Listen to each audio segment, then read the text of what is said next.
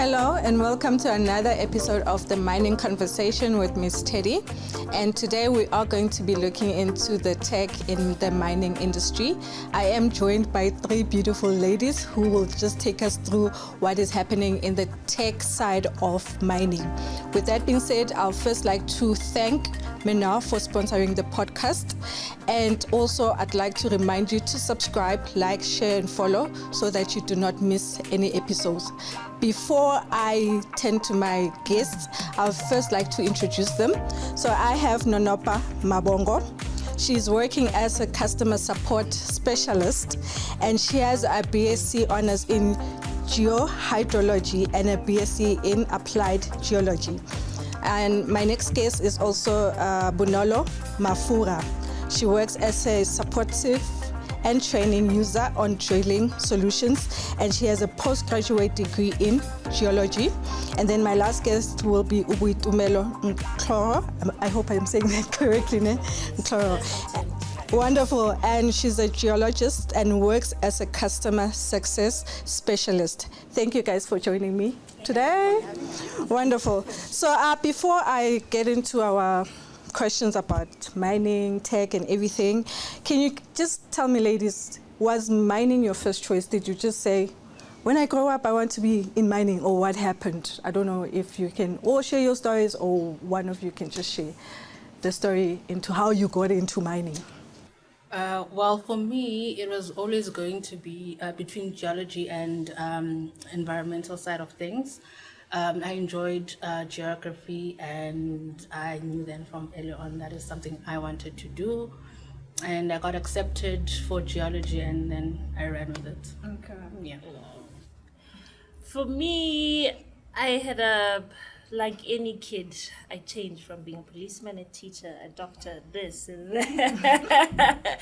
But later high school, I wanted to become an accountant. I was very set on that. And something changed. I just did not want to find myself stuck in a corner office counting numbers.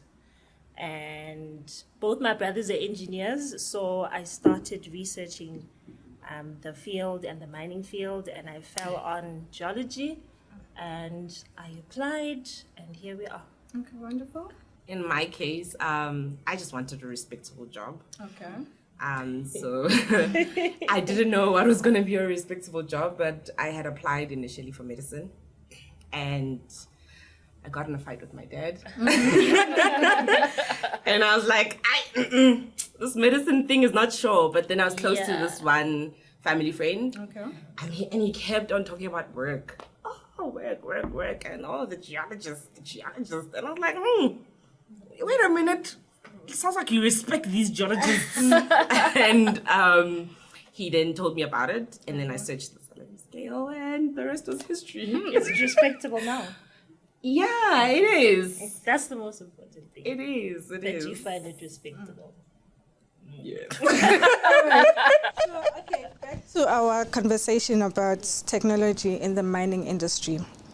So we know that in South Africa we have illegal mining issues, and then I remember when I also went to the mine, we were told about taking measurements of the dust because of environmental issues, stuff like that and everything.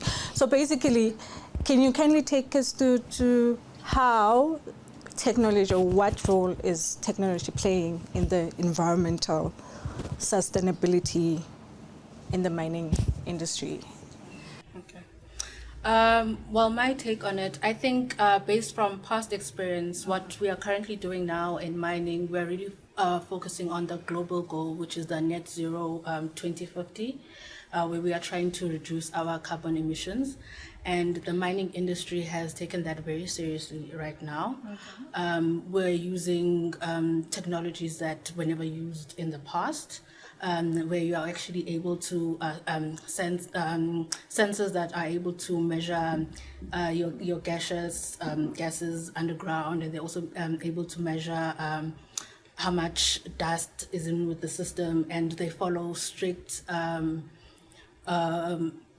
safety rules, which basically ensure that we follow everything that is required, and that we minimize the impact that we have environmentally. Yeah. And I remember, remember you told us about how they actually even check the methods that are used to biochemically treat the dumps. So there's some softwares that help them to be able to make sure that they. Remember you spoke about that? Yeah. So what Bonolo is referring to, I mentioned that we do. Mining companies now actually use remote sensing drones to actually measure and monitor their mine dumps to actually see how much radiation that those dumps are emitting, or how much groundwater pollution is present. And then with that data, they're able to analyze and mitigate for it, and they're able to control the spread of their harmful substance. yeah. In the dump side. Yes. So for the employees, you find that you bring in your occupational health specialists, and they have those little devices that they could pick either one of us on the mine, and you wear it for the day, and they check how much dust you are being exposed to, and then that data then would get analyzed, and according to whichever standards that they use, either you will get advised to try and mitigate the amount of dust, or you are fine. Your employees are working in a relatively safe environment, dust-wise. And then with that being said, also because having conversation with other people who have come to the podcast, they always mentioning we have gold, but it's too deep, So what role is technology doing? Or are we in the place where now we have that technology that will help us dig out that gold, or that will never happen? We just need to forget about that gold, and then that gold is going back to God, or what's happening? I don't technology-wise? think we should forget about it. Okay. Because gold is still a valuable want it, mineral, yes, right? of Yeah, course. you want it. Gold is gold. So in terms of the technology, it's there, but obviously with anything, there's room for improvement. We have one of the largest, or the deepest gold mine in the world, and you would ask yourself, how are they getting to that gold? So there is technology that is now allowing us to explore minerals that are trapped deep into the earth. Obviously with the likes of AI as well, it would be interesting as to what we come up with in the near future in terms of getting to those minerals that are deep in the earth. But there are measures now also to make sure that the guys who are going down there are safe. We have a lot of automation going on with the machinery, so you get less people going down and more machinery going down alone, which is good actually. Is it good? It's in terms of saving lives, it's good. Okay, in Yes. terms of taking jobs from people, because the minute you say machines are going down and then less people are going down, now people are thinking employment, South African employment issues. Is that good? I think, in my opinion, Yeah. right, it's not a matter of, it's at the end of the day, we can't remove the human. Yes. Yes, or technology on its own is nothing, because it's programmed, right? And should there be a change in an environment, it means that the technology, what it was programmed for, won't work. Yes. So I think it's good for the machinery to go underground, and then give us a visual representation of what's happening underground, right? They can go underground, give us a visual representation, and should the ground fall on that robot, it is less expensive. At the end of the day, you would still need the human to go interpret down. that data. Yes, and no, besides that, to also go down, because now we see the extent of what it looks like underground, Of course. right? And then we now can build a model and say, okay, underground, this is what we saw. This is what the robot saw when it went underground, and it picked up, okay, that was the bottom, that's the top, that's how far it is from that wall to this wall. And then we up in the surface can put that back together and say, okay, it's safe for Bob to go underground and capture an image of the face or the wall.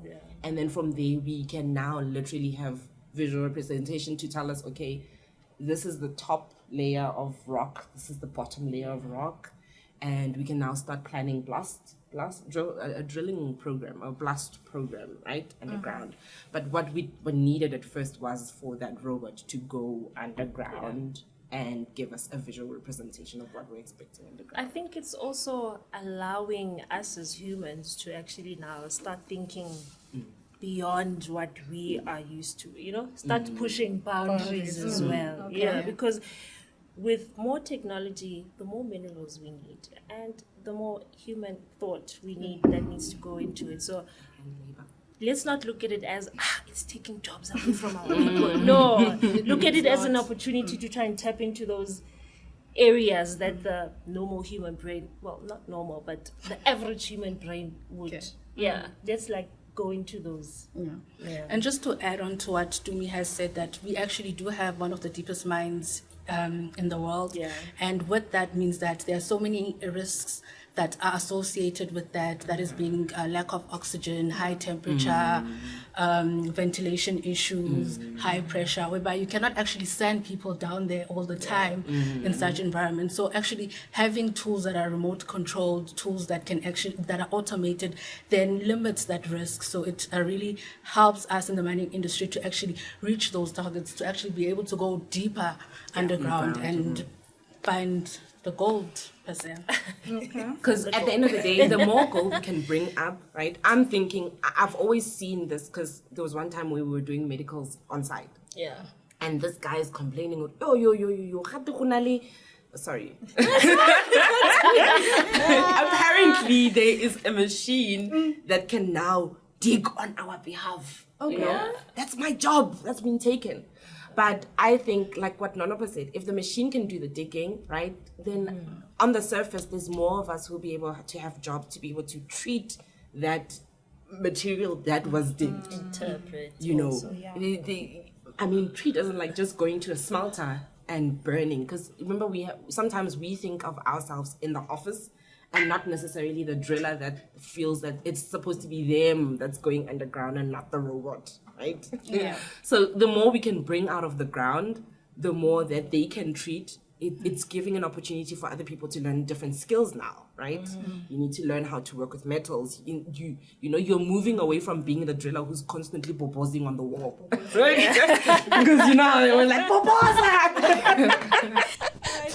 With what you just said, can you just take us through the future trends of or innovations in the mineral exploration and extraction technologies? Like, what are the future trends? How does that look like? I think from what I've seen a more friendly adoption of AI. Okay.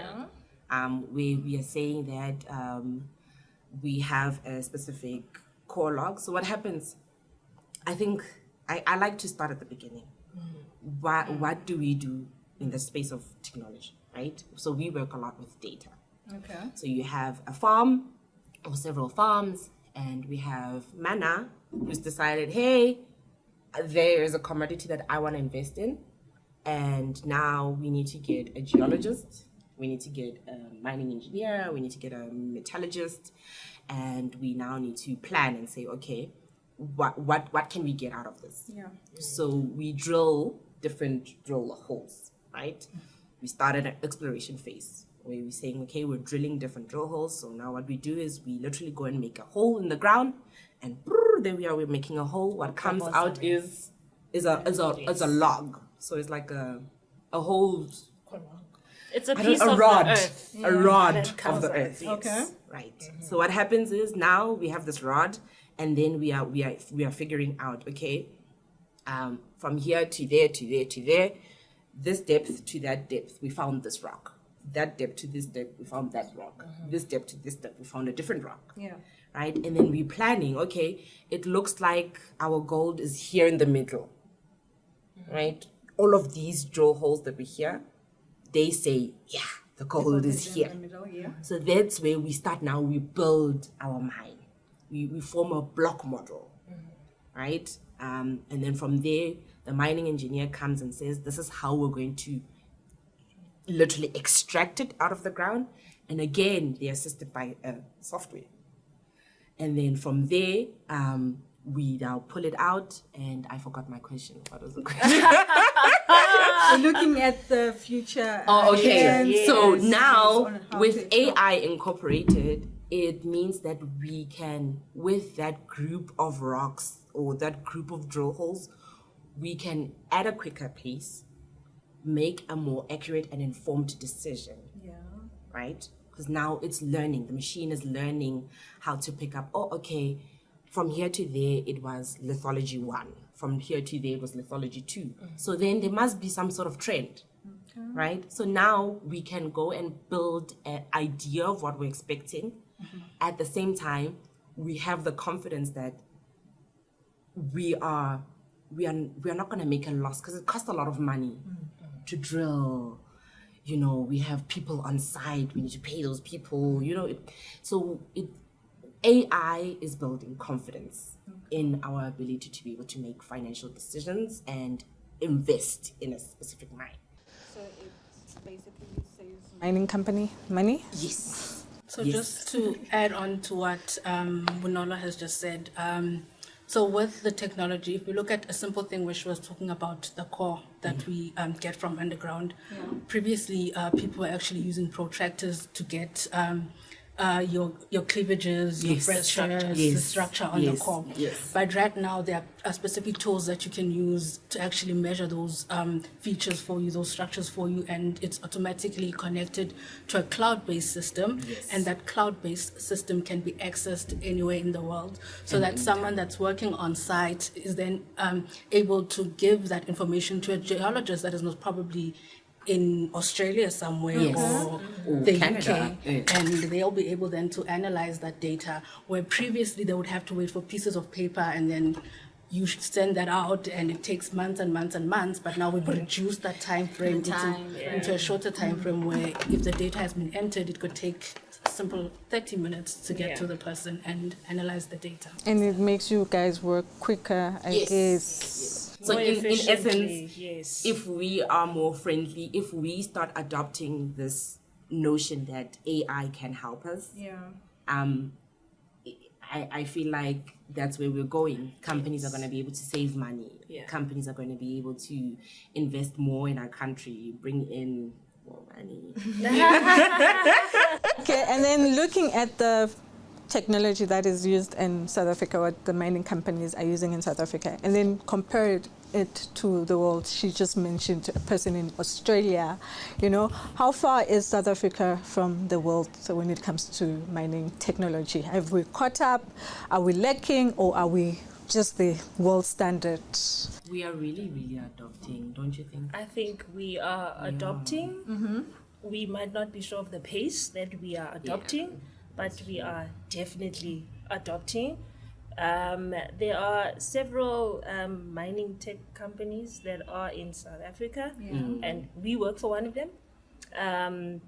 So we are definitely adopting. As to how fast, we won't know, but the technology is there. There's still room for us to improve. There's still room for us to come up with new technology. Doesn't mean that we need to wait for the world to give us the technology. I believe there's bright people in SA that can come up with the ones that. sitting right here talking about drilling. So the technology is there, and the people are there to come up with more technology. I think the goal is to standardize our workflows, make it more efficient, make it quickly, because time is money. Before we start a mine, there's a lot of money that goes into it. So the quicker that Teddy can get her info, start her mine, and make her money back, that's what we want. So if I can provide you with a service that gets you to your goal much more quicker, the quickly everyone in SA, or most mines in SA, will adapt. Also, I think it's good for us to adopt technology, because we are having, the more we know, the more we can tell a story, and the more we can build on. So the more there's these different technologies, all of these little pieces of technology are all gathering information, and it's what's important, and what I think the future looks like is us finding better ways to retain that information. Yes. Right? Because they are mines from way back there. And you're asking yourself, so exactly how did you know that this is the exact location? We can't retrieve that information as easier as we can when we have it all on a software solution, for instance. Right? So my heart is very close when it comes to databases because that's where I found myself. Oh, okay. Yeah, so the more we can influx on the database, the more we can pull out of it, the more we can use different visualization softwares to be able to, understand, interpret, and make decisions on the data. Okay. Yeah. So if I can just ask, because one of the major issues in the mining industry is the lack of technical skills, So you guys got into it and then, so what needs to be done, or what do you think needs to be done in order for the mining industry to have sufficient technical skills? Like, how do you get young people interested, like coming on board? What should happen? What role should mining companies play, mining tech companies play in order to make sure that gap gets closed and quickly enough? Because as you are saying, whatever that you're saying right now, to me it sounds like the mining industry needs to truly invest in the technical skills so that everything can be done quicker and saving of time, money, and everything else. I think I'm very proud of some of the mines. Like, for instance, this one mine, they literally bought a machine that runs on hydrogen as opposed to petrol, right? That's a new technology. Okay. That's saving on your environment, right? I feel like companies are really adopting, and the market is there. There are a lot of software companies, there are a lot of technical tools companies that are providing the need or supplying the demand. So I think in terms of what is out there, it's there. But what I think needs to happen is, I think we need to move away from, we need to add a bit more practicality to, I don't know how you feel. We need to add a bit more practicality to the courses. Okay. So let the students use the tools. Let the students understand the tools. So these mining tech companies, what they can do is, for instance, give your software a license so that the learners can learn how to use the software while they're studying. Yes, give out the tools. Show them, okay, this is how you use the tool to go down the hole and capture whatever information it is. Help them understand, okay, interpret this, right? I feel like geology is very theory-based from what, I don't know, this is my opinion, very theory-based in school, and we need to bridge that gap of, because lots of graduates are coming out of varsity, but when you come out of varsity, it's a thing of your experience, though, you don't have that practical experience of what's going on a mine. So we need to kind of like work on that. I think universities that are providing these qualifications need to think about that. I think what B is saying is touching on a conversation that we actually had, that in the past, you would actually get an opportunity while you're still studying to do back work and actually go to the mines and get your practical experience. However, that is only given to people with bursaries at the moment.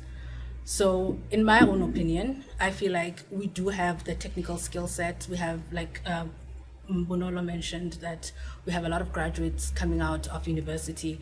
However, the issue then is a matter of we do not have the skills. We are not job ready. We have the theological background. However, we don't have the practical background. And if anyone is hiring at this moment, they'd rather hire someone that has practical experience, because that's what you need to do in the job. So I think we basically need to train our graduates while they're still studying, while they're still doing their undergrad, provide them with the skills that they need to actually be job ready and get the necessary skills to match up with what's happening in the mining industries. Because I think that's what most mines are complaining about, that even if they do take graduates, we practically don't know anything. They still need to teach us from scratch, as compared to have someone taking someone that has been working in the mine, teach them how to do grade control, because some of the things that your general miners do in the mine, someone with a geology degree can actually do. So they'll take someone who's been working in the mine and teach them, okay, this is how you do grade control. A geologist should be doing that, but they would actually just take someone in the mine because they do have the skills, they do have the knowledge, and they do have some of the certifications that are required for you to just enter into the mining space. Okay. Do you have anything to add? Yeah.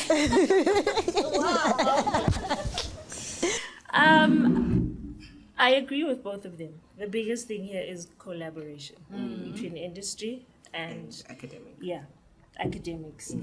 I don't know how easy it's going to be able to bridge that gap, because you have big corporations, big mining houses that I think, I could be wrong, I think can afford to take fresh graduates and take them through the program as internships or your mentorships, yes, different programs.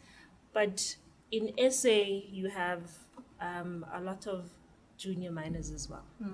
And it might be tough for junior miners to take on an intern, that kind of responsibility, because mining is also a profit company.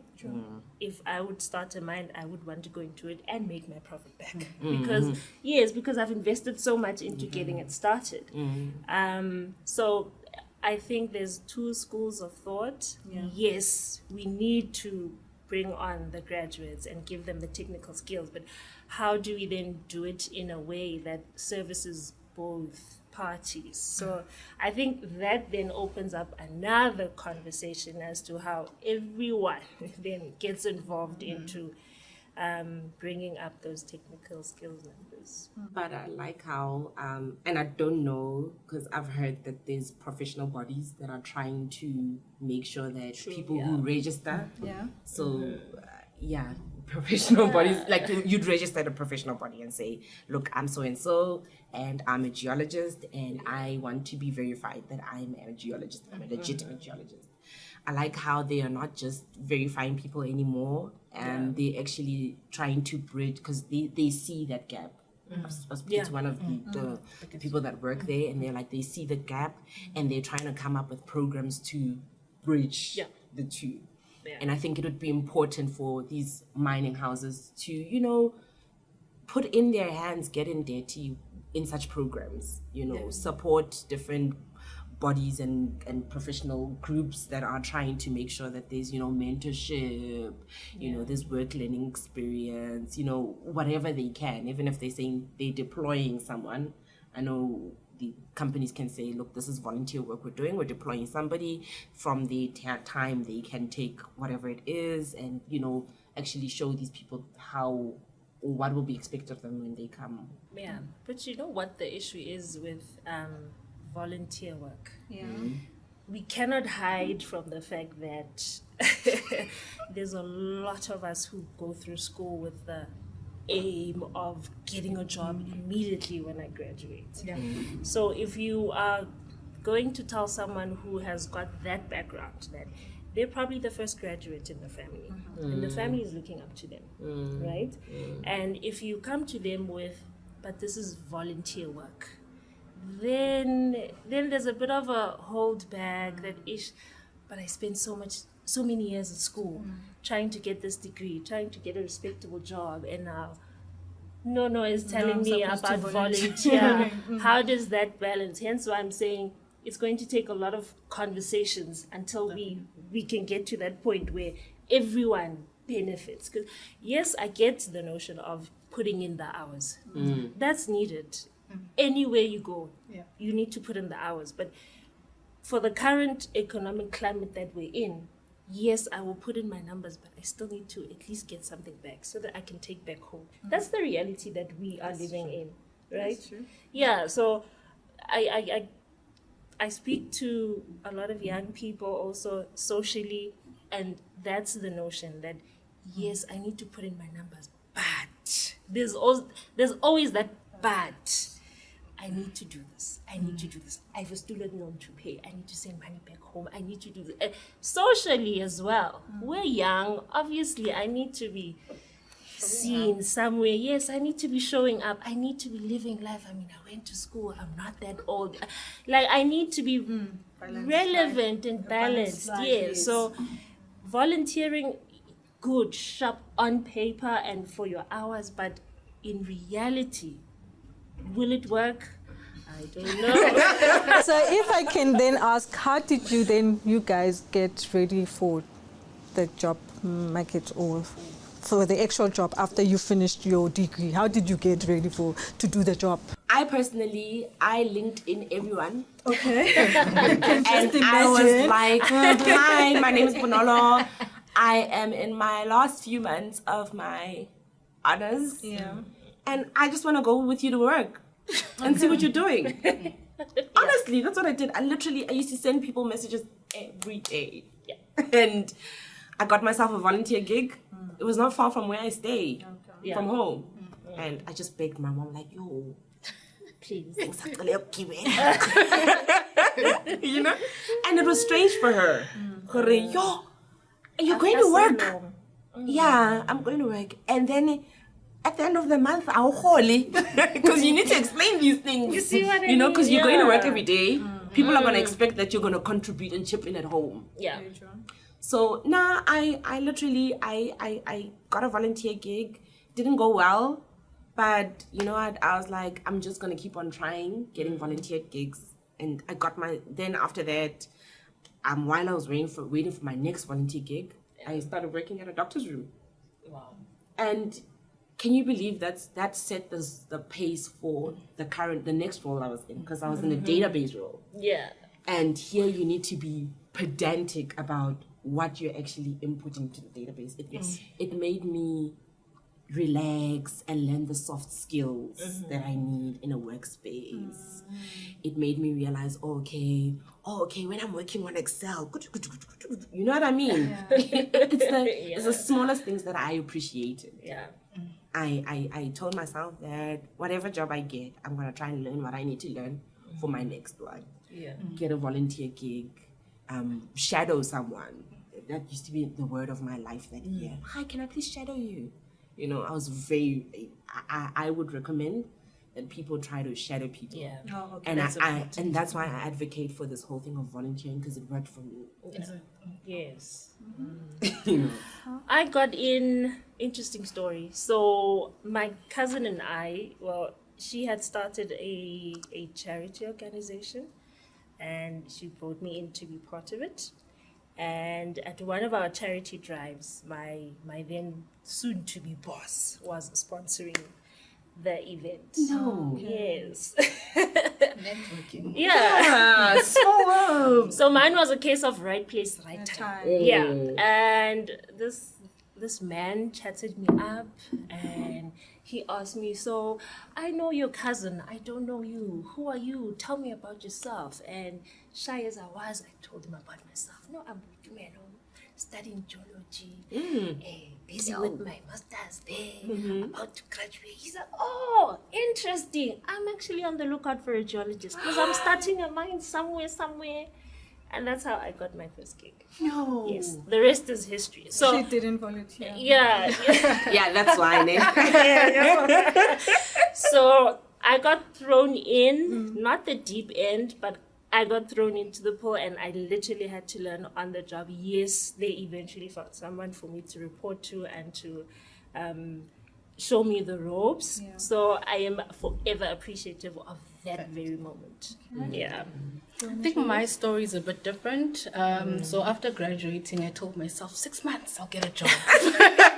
Then reality hits. And 6 months went by and that was not the case.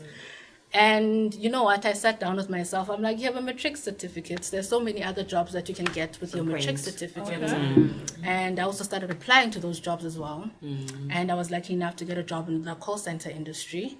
And I worked there for like 4 years. But while I was working there, what I would do is actually go through the job lists and look at the specific qualifications that they actually wanted and what they were looking for, and I would upskill myself while I'm working in the call center. All right. And I would also solicit work from mining companies. So I'll be sending out my CV. At least you know I exist. Yeah. Send out my CV. Just know that I exist. I'm there. I'm looking for a job. I'm a geologist. I'm qualified. And that was it. And I think someone sent a job post to me, and then I worked at a small mine somewhere in Krugersdorp. And at that mine, technically, they were supposed to be training us as geologists. They were making us work as general workers. I stuck to the job. Okay. I went there. I'm like, you're gaining experience. At least you'll have 1 year mining. You'll have something at the end of this. But I was applying as well. And then I moved from there. I went to one of the government departments. I worked there, and then I found the job where we work right now. I think the biggest takeaway from our stories. Yeah. There's different ways to get to it. Yes. I made the mistake of believing after school, like you. I'm in. Inside, I have a technical degree. Guys, when did you start applying for I jobs? am finally Yeah, I'm when did ready. you Guys, I But started life- in second year. Wow. It was at that moment That you started. Wait, that I realized that. that is going to be difficult. But do you Yes. understand that now there's different paths to get we to the all have a journey. So basically, so- do not despise the small beginning. Can lead you to your dream if you do not Yes. give up, basically. And the dream can change. True. That's It very does true. change. It does change. It can change. Like I was very adamant, Horbona, I'm gonna be that geologist that my cousin respected. But here I am at the back of the screen. Hi. It's not loading. It's not loading in. Okay. You know what I mean? Yeah. But you still enjoy it, because I mean I enjoy working with people. Yes. I enjoy talking to people. Yeah. I enjoy learning about different things, and I'm happy. Yeah. I think we must also realize that there's so many parts to it. Yes. It's not just you're a geologist, you're mining engineer, you're doing there. There's a software person behind the software that Exactly. there's that driller there at the back who's giving me The information. the information or the rocks that I need. We've got those tools. We need someone to operate those tools. So it's not just a one-track train. There's different pieces to it that bring together that industry. Yeah. And I also think a mistake that we make as graduates is that we want to become geologists who wears your overalls, your gumboots, your hard hats. Did and you go- think that far companies and all? You know, Guys, there was one That's time the idea when you we have went in on your a mine head. visit, and we were underground, and I was like, "Nyempela, This is me underground.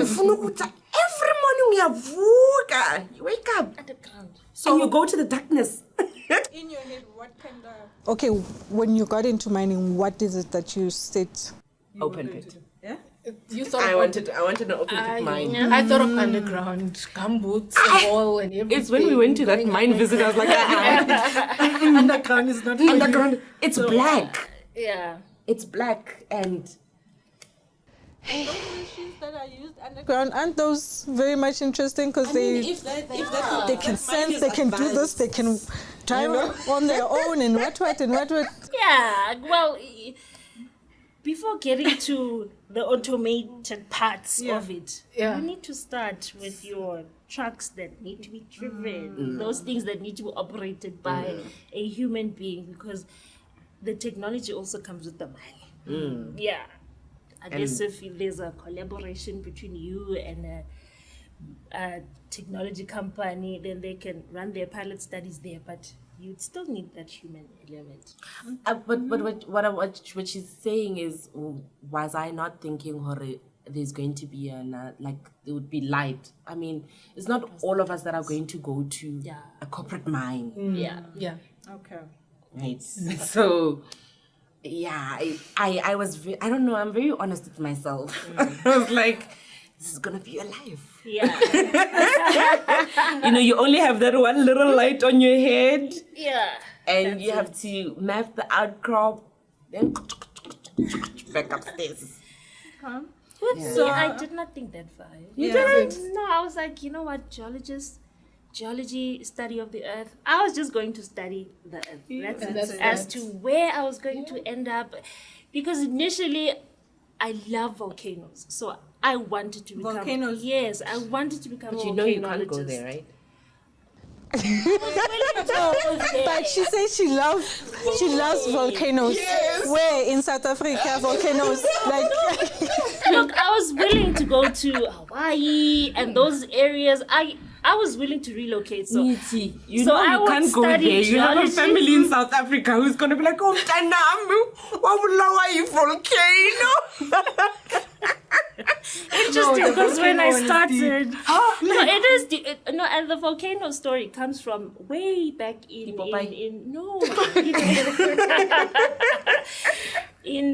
high school. Okay. So I've always had an interest with volcanoes. You know those geography projects? Yes. Where you have to bicarbonate of soda. No, but what's interesting is that I never took geography in Oh yeah, So you saw yes, in someone high school. carrying No. their I project. always used to watch TV and those things like your Discovery channels. I was that girl, and I was set on it. Study geology, then focus on volcanoes. Volcanology. I was going to become that person. But You left gold. volcanoes.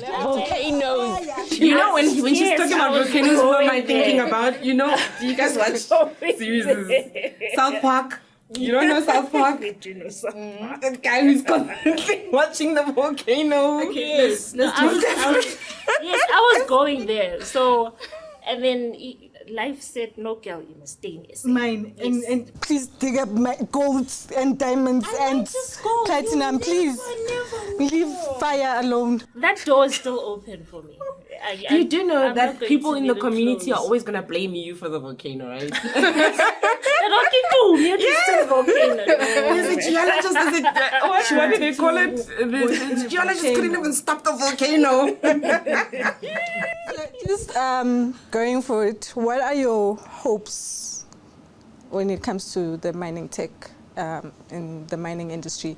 Where do you want to see, how would you like to see it grow in the industry? I'm pro AI, so I want that. AI. I think that's where we are headed. And there's no stopping it. Yeah, there isn't. There's no stopping That's it. what I So would. we should just accept that it's there. But in the same breath, we shouldn't forget the human element of it. You still need someone to interpret that data. It's not just machine. No, it's not A just person will be Yes. needed to Operate. as the technology is progressing, we ourselves also need to be getting those soft skills, being able to interpret the data that comes in. So we will still remain just as important. I think the reason why I am pro it is because it's that thing of I want to use it to figure out where could we have done better in terms of data analysis, data collection in the past. Right? Yeah. Some of the missing information that we don't have, how can we use AI to help us to get that information?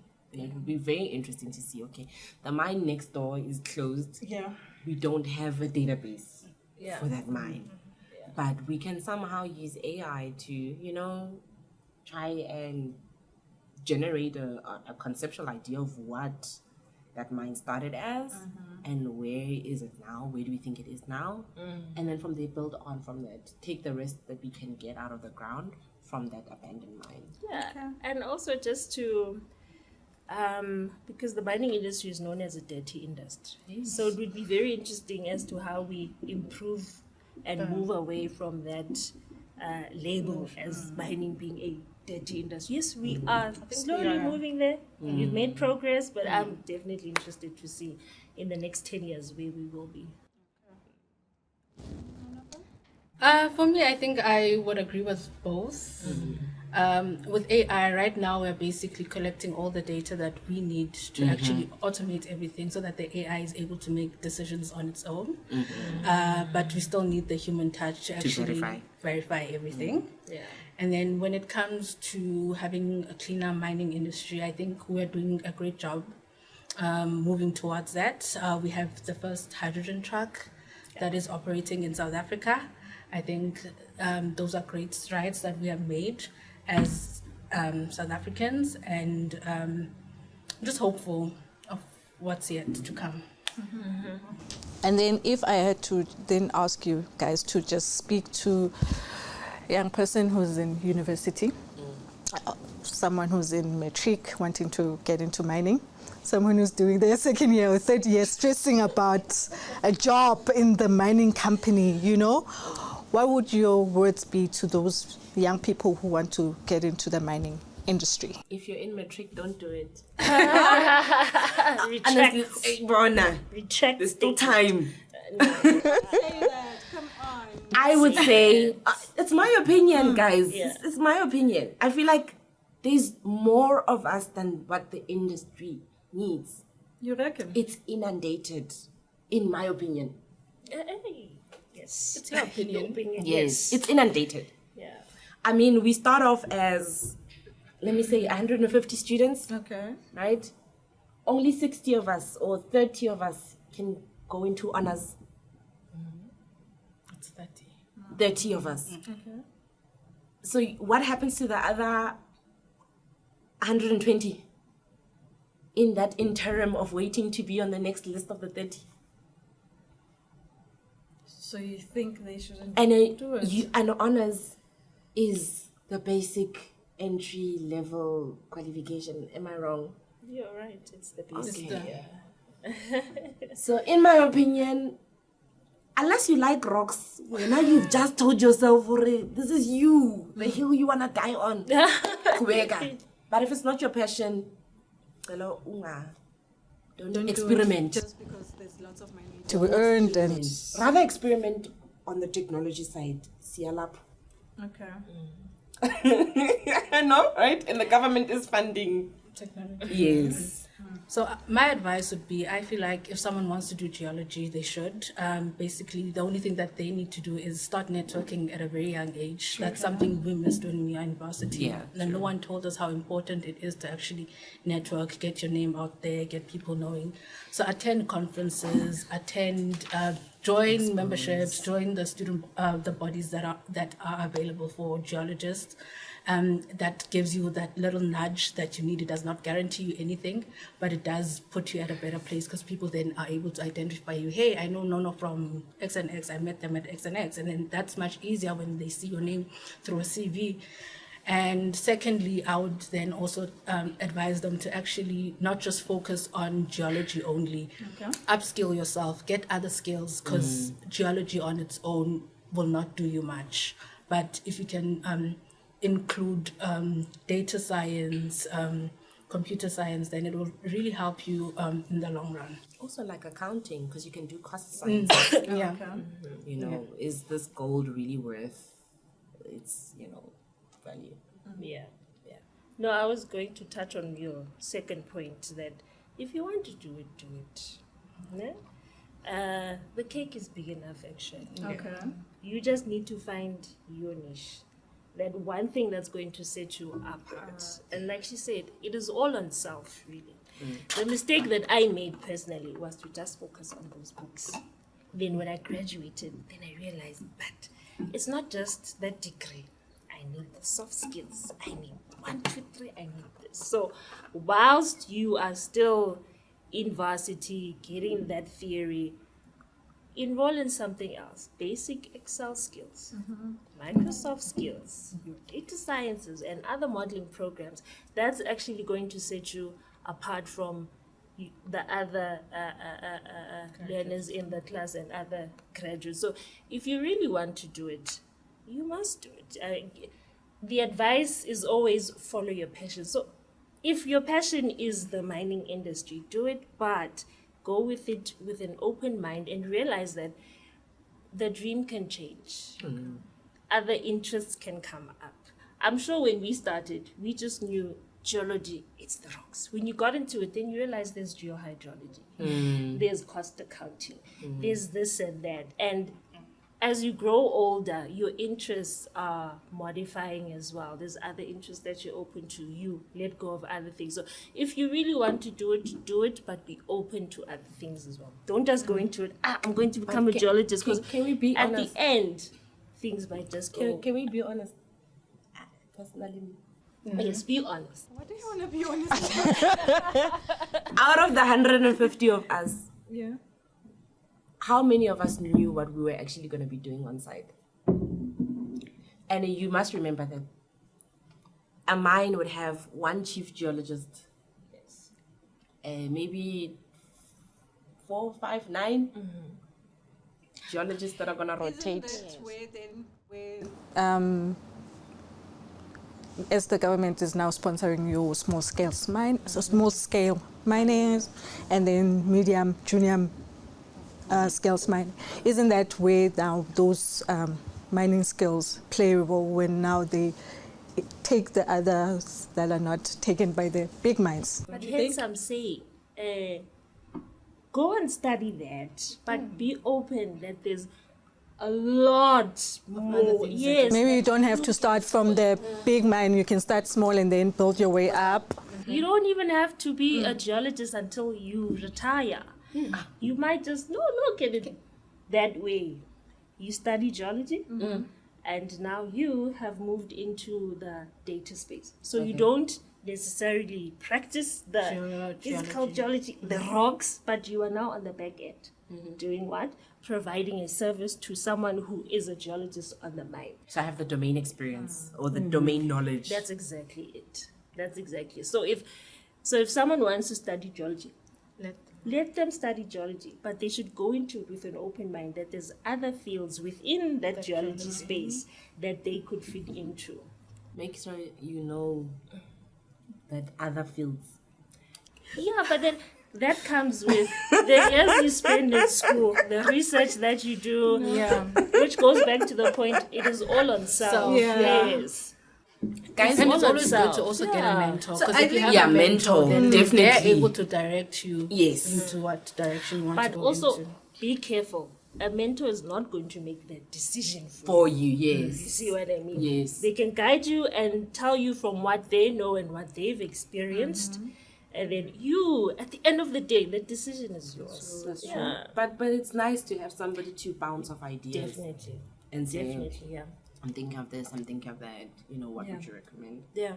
Yeah. And you must realize also that with every level that you hit, mentors also can be changed. So you don't have to be stuck with the same mentor all your life, eh? Yes. Must remember that. Ladies, thank you so much for this wonderful conversation. Loved it. Loved the fact that you wanted to do volcano. I don't know what that is about. But thank you so much for joining me today so we can talk about and look into tech in the mining industry.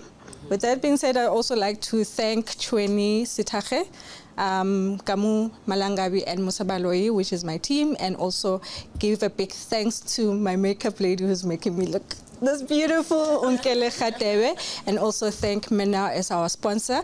So please do not forget to subscribe, like, share, and follow so that you can listen and enjoy such beautiful conversation. With that being said, until next time, goodbye. Bye. Oh, that was lovely. Thank you so much. Thank you for having us. Yeah?